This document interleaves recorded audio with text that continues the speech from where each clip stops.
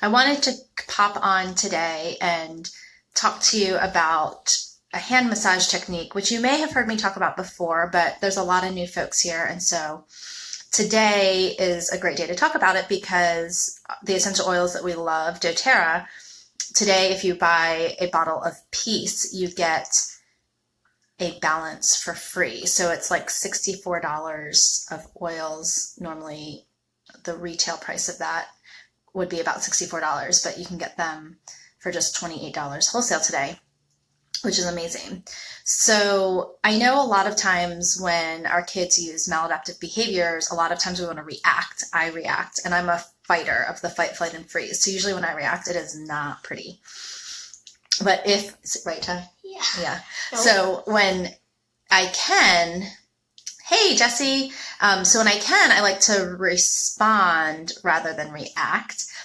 And a lot of times I kind of need some time to figure out what my response can be. And so it's nice to have a back pocket go-to technique that you can use no matter what, that kind of gives you a little bit of thinking space. So one of the things that I like to do is a hand massage. And Peace and Balance are two of our favorite oils to do that hand massage in. Ty asked me to do Balance today, which is it's probably my favorite and your favorite, Jill. Yeah. Okay. So I'm going to just demonstrate how we do this on camera so you guys can see it. And I'll also post like the official instructions from doTERRA in the comments of the video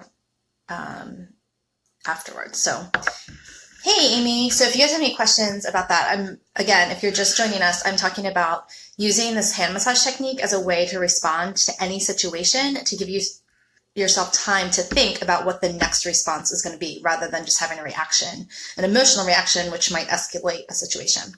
So we're going to start. I'm going to take his hand and I'm going to just stretch the skin across the back kind of gently with both of my thumbs, and I'm going to flip his palm over, and I'm going to just put a drop of oil right in the center of his palm.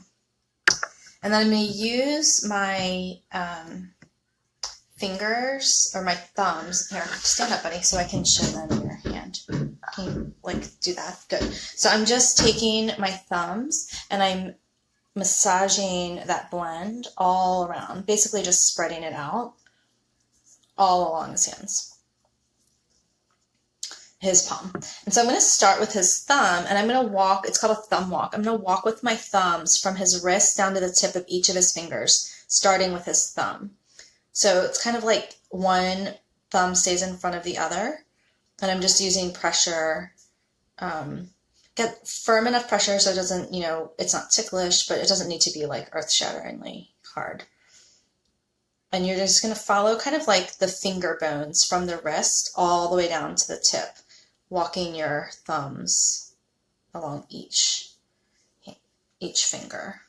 And you want to kind of press, well, he's really skinny, so if I press just with a little bit of pressure, I can actually feel his finger bones starting all the way up at his wrist. And I can smell it. Do you like it? Yeah. So as we're doing this, Ty can smell the oil, I can smell the oil, so we're both kind of having more peace and tranquility. And then touch is just a powerful connection. And this kind of touch, it's not an affectionate touch, it's a little bit more clinical. So a lot of times our kids who often are reactive to more like affectionate touches can do this because it has a start and an end. It's rhythmical. I can do it with strangers, so I can certainly do it with kids who don't really want to connect with me. Now, after I've thumb walked each of his fingers, I'm going to take my pincher grip, and I'm going to just kind of pull gently through the spaces in between each of his fingers. So like between his thumb and index finger 3 times, and then between his index finger and middle finger 3 times. And then between his middle finger and thumb finger 3 times. And then between his pinky and his ring finger 3 times. I'm going to just think about just pulling through those spaces. And then I'm just going to turn it over, and I'm going to finish where I started, with just kind of stretching the skin across the back of his hand. And then that's it. So I don't know how long that took me, but just like 2 minutes. And then you can do the other side. And so at the end, you can have your kiddo rub their hands together, cup them over the nose, and take a deep breath. How do you feel? It feels really good. Yeah. So that's one of our favorite ways to kind of get a hold of ourselves before we handle a situation. So yeah, I'd love, if you have any questions real quick right now, I'll answer those.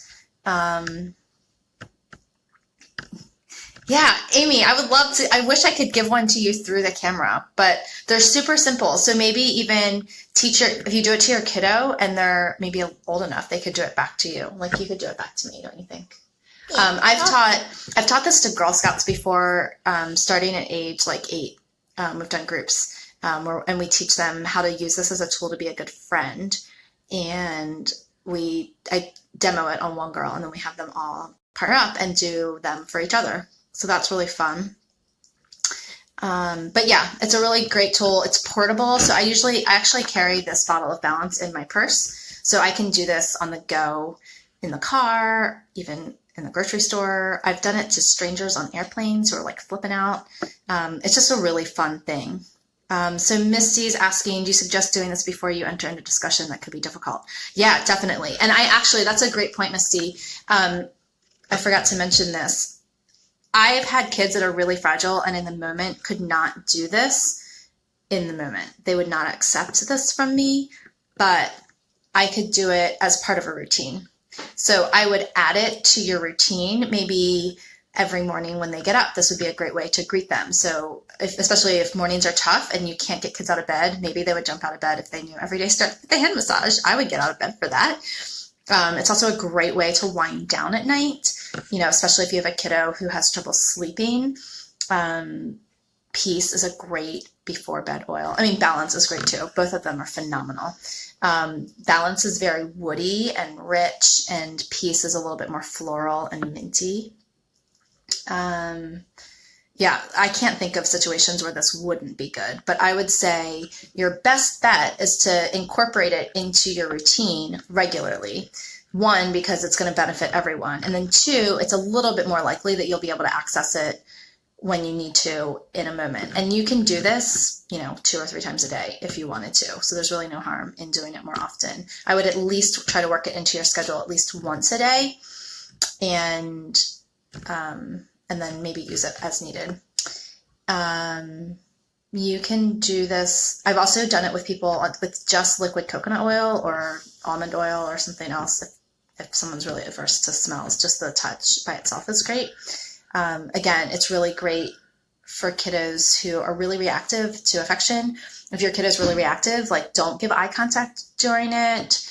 Just make it more clinical, but they're still going to get the touch, and it's very rhythmical. And again, kids do really well when there's a beginning and end to something. And so because this is very predictable and it will be the same every time you give it, there's a rhythm to it that's very comforting for kids, even if they're reactive.